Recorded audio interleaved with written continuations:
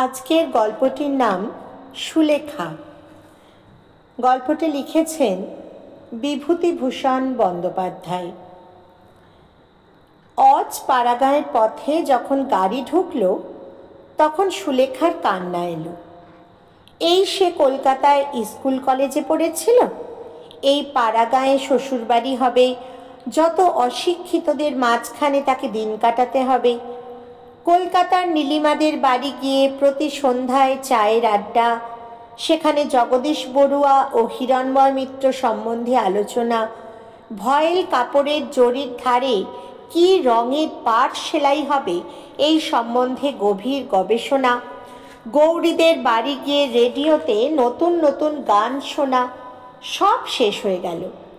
গানের সে ভীষণ ভক্ত, ভালো গান শুনতে পেলে আর সে কিছুই চায় না।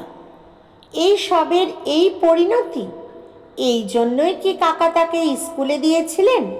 না দিলেও পারতেন, আরও অল্প বয়সে বিয়ে দিলেও চলতো।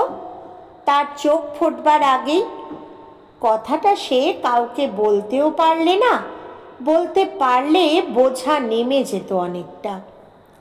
স্বামীকে তার পছন্দ হয়েছিল। স্বামী শ্যামবর্ণ, অল্প বয়স, বিয়ে পাশও করেছেন। কিন্তু হলে কি হবে, তিনি বিদেশে চাকরি করেন।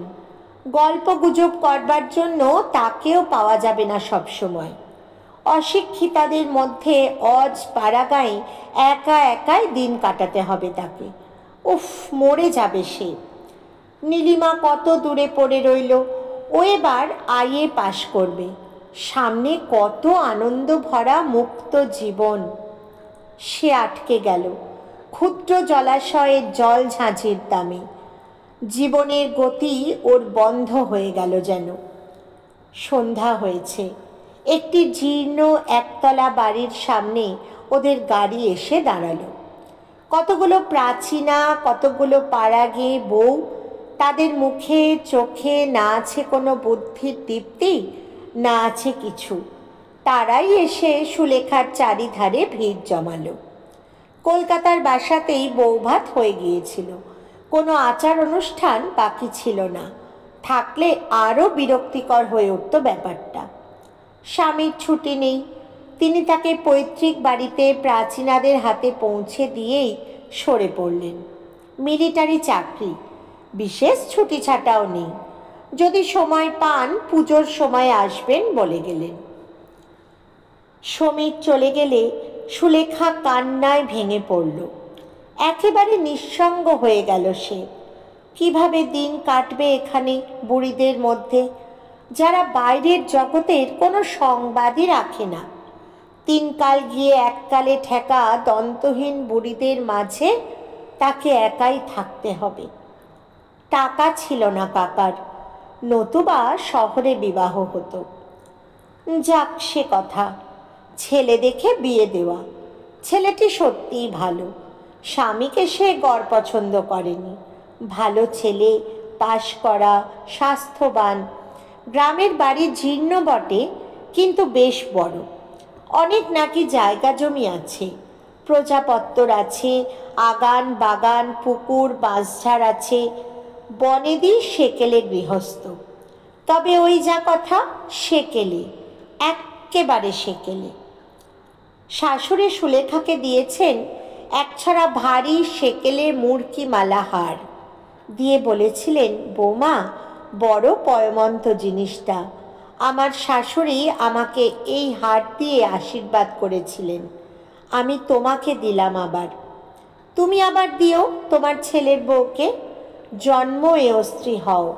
আমার মাথার যত চুল আছে ততদিন সমীর বেঁচে থাকুক। সুলেখা শাশুড়ির পায়ের ধুলো নিয়ে প্রণাম করলে। হার ছড়াটা ভারী বটে, কিন্তু একালে ও হার কি কেউ পরে? গৌরী কি ভাববে? কলেজের অনুদি বা কি ভাববে যদি ও আজ মুড়কিমালা হার গলায় দিয়ে কলকাতায় গিয়ে হাজির হয়? দিন 5-6 কেটে গেল। সুলেখাকে ভোরে উঠে কাজকর্মে বড় যা নীরদাকে সাহায্য করতে হয়। অবশ্যই নতুন বউ বলে এখনো কাজের ভার তেমন ঘাড়ে চাপেনি। কিন্তু নীরদাকে দিয়ে সে বুঝতে পারে এ সংসারে পুরনো বউ হয়ে গেলে কি ধরনের খাটুনিটা আশা করা যায়। নীরদা উদয়াস্ত খাটে, টিন টিন ধান সেদ্ধ করে, বোঝা বোঝা খাড় কাচে, খই মুড়ি ভাজে, দুবেলা রান্না করতে বসে। এখন ওরা একবেলার ভার সুলেখার ওপর চাপিয়ে দেওয়ার চেষ্টায় আছে। নিতান্ত চক্ষু লজ্জায় বলছে না। সুলেখা রাঁধতে জানে না তা নয়, কিন্তু গেঁয়ো রান্না যেমন চচ্চড়ি, শুক্তনি, মোচার ঘণ্ট, ঝালের ঝোল, বড়ির টক, এইসব সে রাঁধতে জানে না। তাছাড়া ভালো লাগে না এসব তার। উফ, এভাবে জীবন নষ্ট করার কোনো মানে হয়? সুলেখা সুন্দরী মেয়ে, কলেজের থিয়েটারে গতবার মালিনীর পার্ট নিয়েছিল। সুশ্রী চেহারার জন্য আর চমৎকার গানের গলার জন্য খুব মানিয়েছিল ওকে। গৌরীর মা টিস্যু শাড়ি পরিয়ে, সোনার গহনা দিয়ে, কপালে অলকা তিলক এঁকে ওকে নিজের হাতে সাজিয়ে দিলেন।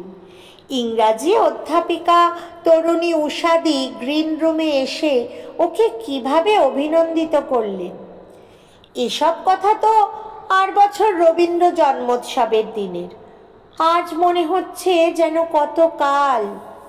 সেসব দিন শেষ হয়ে গেল। এর চেয়ে তার নাই বা হতো বিয়ে, থাকতো সে উষাদির মতো, নলিনীদির মতো, মিস সেনের মতো, মিস বিধুবালা গাঙ্গুলির মতো অবিবাহিতা। হাতে ভ্যানিটি ব্যাগ ঝুলিয়ে, খাটো ছাতা হাতে ট্রাম ধরতে ছুটত বেলা 10:30টায়। যেখানে খুশি যাও তুমি, সিনেমা দেখো, নাচ গানের জলসা দেখো, ফার্স্ট ক্লাসে নিউ এম্পায়ারে বসে, কি মজা। সকালবেলা ওর বড় যা এসে বললে, রাঙাবো, একটা কাজ করতে হবে। সুলেখা বললে, কি দিদি? কলাইয়ের ডালগুলো নষ্ট হয়ে যাচ্ছে, এগুলো ছাদে নিয়ে গিয়ে রোদে দাও তো, তারপর বেলা পড়লে ঝেড়ে তুলতে হবে, বুঝলে? বেশ, পারবে তো? করিনি কখনো, তবে চেষ্টা করি। সুলেখা ডাল ছাদে দিয়ে এসেছে। তারপর আর ডালের কথা ওর মনে নেই। দুপুরে আহারের পরে একটু শোবা মাত্রই ওর ঘুম এসেছে। বেলা 2টোর সময় কালো ভোমরার মতো মেঘ করে নেমেছে ঝমঝম জল। ও অঘরে ঘুমোচ্ছে তখন। ঘুম যখন ভেঙেছে তখনও সমানে বৃষ্টি হচ্ছে। শ্রাবণ মাসের বৃষ্টি খানা ডোবা করে ফেলেছে 2 ঘন্টার মধ্যে। সুলেখা উঠে চোখ মুছতে মুছতে জানালা দিয়ে দেখে অবাক হয়ে গেল। বৃষ্টির এমন রূপ সে শহরে দেখেনি কখনো। বকুল গাছের গুঁড়িটা কালো দেখাচ্ছে বৃষ্টির ধারায়। ছাতারে পাখিগুলো অঘরে ভিজছে। এ যেন রবীন্দ্রনাথের সেই কবিতাটার কথা মনে এনে দেয়। এদের কোনো ব্যবস্থা নেই। এই সময় খেতে হয় গরম গরম চা। সে নতুন বউ, চা তৈরি করতে যেতে পারে না। কিন্তু কারো কি সেদিকে দৃষ্টি আছে? না কেউ কিছু বোঝে? ও মা গো, ওদের বাড়ির বুড়িটা কিরম ভিজছে দেখো এই জলে, নারকোল পাতা কুড়োতে। পাড়া গিয়েদের কাণ্ডই আলাদা। এমন সময় ওর যা ঘরে ঢুকে বললে, রাঙাবো, ডালগুলো তুলেছিলে ছাদ থেকে? সর্বনাশ, সে কথা একদম মনে নেই সুলেখার। লজ্জায় তার সুন্দর মুখ লাল হয়ে উঠল। অপ্রতিভ সুরে বলল, হইচ্ছা, সে কথা যে মনেই নেই দিদি, এক্ষুনি আমি যাচ্ছি ছাদে। লজ্জায় সুলেখার মনে হচ্ছিল মাথা কুটে মরে। এইসব অশিক্ষিতার দল তাকে কিরকম আনাড়ি না মনে করছে। তাকে স্মার্ট বলে সবাই জানতো কলেজে। সুলেখা ধর্মর করে উঠে ছুট দিল ছাদের দিকে। ওর যা সস্নেহে ওর দিকে চেয়ে বললেন, ছুটতে হবে না রাঙাবো, বসো বসো। বসবো কি দিদি, ডাল যে ভিজে নষ্ট হয়ে গেল। সে কি এখনো ছাদে আছে ভাই? তুমি ঘুমোচ্ছিলে যখন বৃষ্টি এলো, সে আমি তুলে আনলুম যে। কৃতজ্ঞতায় সুলেখার সুন্দর চোখের দৃষ্টি বিনত হয়ে এলো। সত্যি ভালো লোক, তার যা, মজা দেখবার মতো নয়। ও বললে, বাঁচলুম দিদি, ধন্যবাদ, তুমি আমাকে লজ্জার হাত থেকে বাঁচালে। সুলেখার যা মুখে কাপড় দিয়ে হেসে বললে, রাঙা বউয়ের থিয়েটারি ধরনের কথা শুনে হেসে মরি। ও মা গো! এ একটা মস্ত বড় পরাজয়ের দিন বলে সুলেখা মেনে নিলে। ডাল কখনো তোলেনি সে, অত শত তার মনে থাকে না পাড়া গাঁয়ের লোকের মতো। সেদিন সন্ধ্যাবেলা ও পাড়ার কামিনী এসে বললে, কি হচ্ছে গো বৌদিদি? চুল বাঁধছি, এসো ঠাকুরজি, চুলের দড়িটা ধরো তো। গান করবে একটা? সন্ধেবেলা গান করলে শাশুড়ি আমায় ভালো চোখে দেখবেন। একেই তো আমি আনাড়ি হয়ে আছি বাড়ির মধ্যে, সে হবে না ভাই। তবুও তুমি আজ প্রথম বললে গানের কথা। কেউ বলেনি বুঝি তোমায় বৌদিদি? কে আর বলছে? এই সময় সন্ধ্যার অন্ধকার নেমে এলো ঘন হয়ে। কামিনী চলে যাবার জন্য বাইরে এসে দাঁড়ালো, বললে, চলি আজ বৌদিদি, আর একদিন আসবো। এক পশলা বৃষ্টি হয়ে গিয়েছে সেদিন বিকালে। সুলেখার ঘরের জানলায় ঠিক বাইরে নেবু গাছে নেবু ফুল ফুটেছে। বৃষ্টি সজল অপরাহ্নের বাতাসে ভুর ভুরে নেবু ফুলের গন্ধ। বড়জা নীরদা ওর ঘরে ঢুকে বললে, কি হচ্ছে রাঙাবো? আসুন দিদি, কি আর হবে, এমনি বসে আছি। রান্নাঘরে চলো, দুটো ডাল ভাজবো, তুমি বসে বসে কুলোয় ঝাড়বে। আচ্ছা দিদি। সব সময় এসব কাজ করতে তোমাদের ভালো লাগে?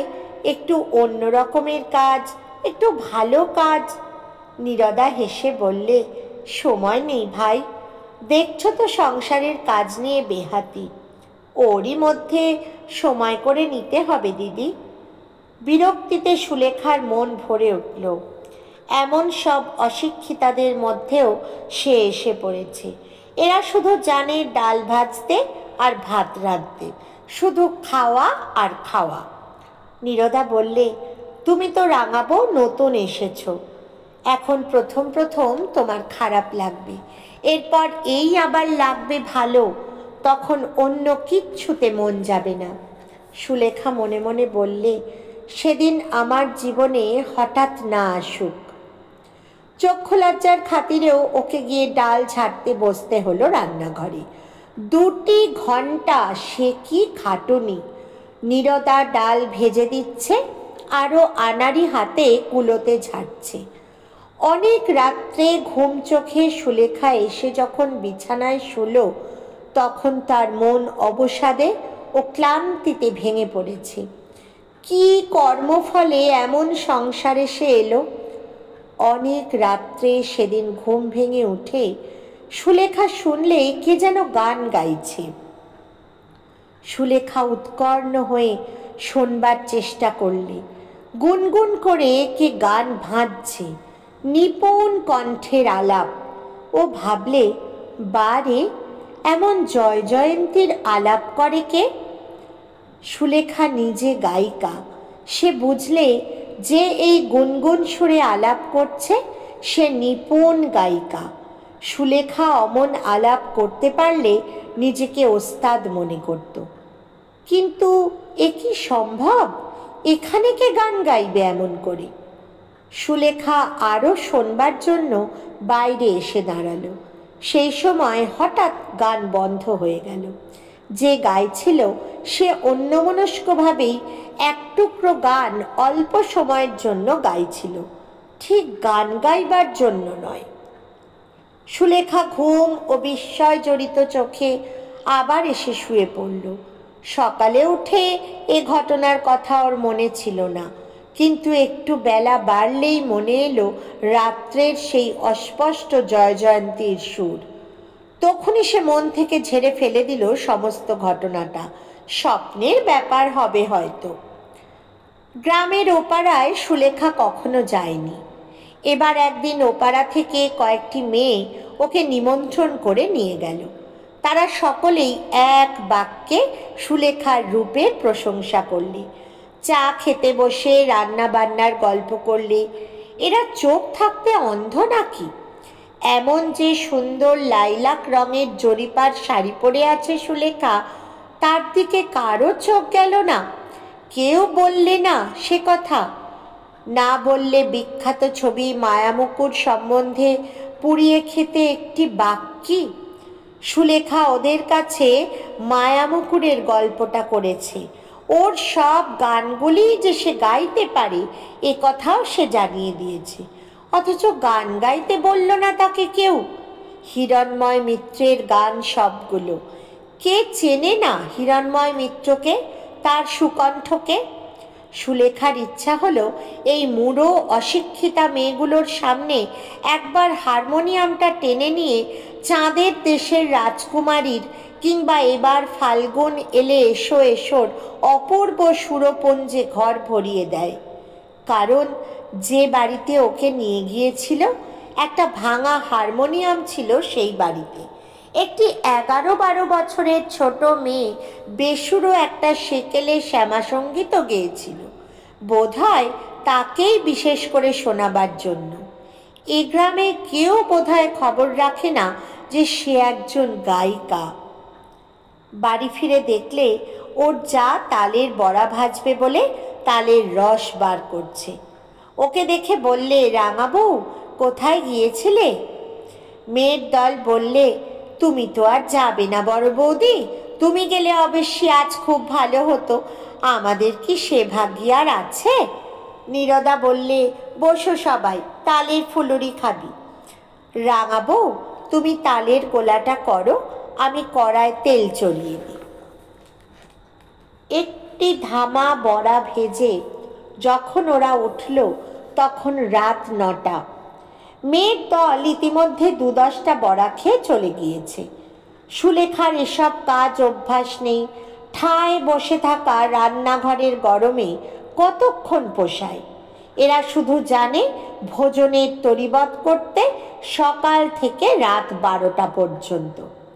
মনে পড়ল ওদের কলেজের এক অধ্যাপক বলেছিলেন, বাঙালির ঘরে রান্নার বন্দোবস্ত যে ধরনের, তাতে খাটুনি এবং আয়োজন যত বেশি, খাদ্যবস্তুর পুষ্টিকারক গুণ তত নেই। জিভে ভালো লাগানোর দিকে যত লক্ষ্য, খাদ্যের গুণাগুণের দিকে তত লক্ষ্য থাকলে আজ বাঙালির স্বাস্থ্য এত খারাপ হতো না। বসে বসে শুধু নির্বোধের মতো একরাশ তালের বড়া ভাজা। ওর বড় যা রান্নাঘরে বসে ওকে বললে, রাঙাবউ আমার ঘর থেকে গামছাখানা নিয়ে এসো না ভাই, গা ধুয়ে নি কুয়োতলা থেকে, বড্ড গরম লাগছে বড়া ভেজে।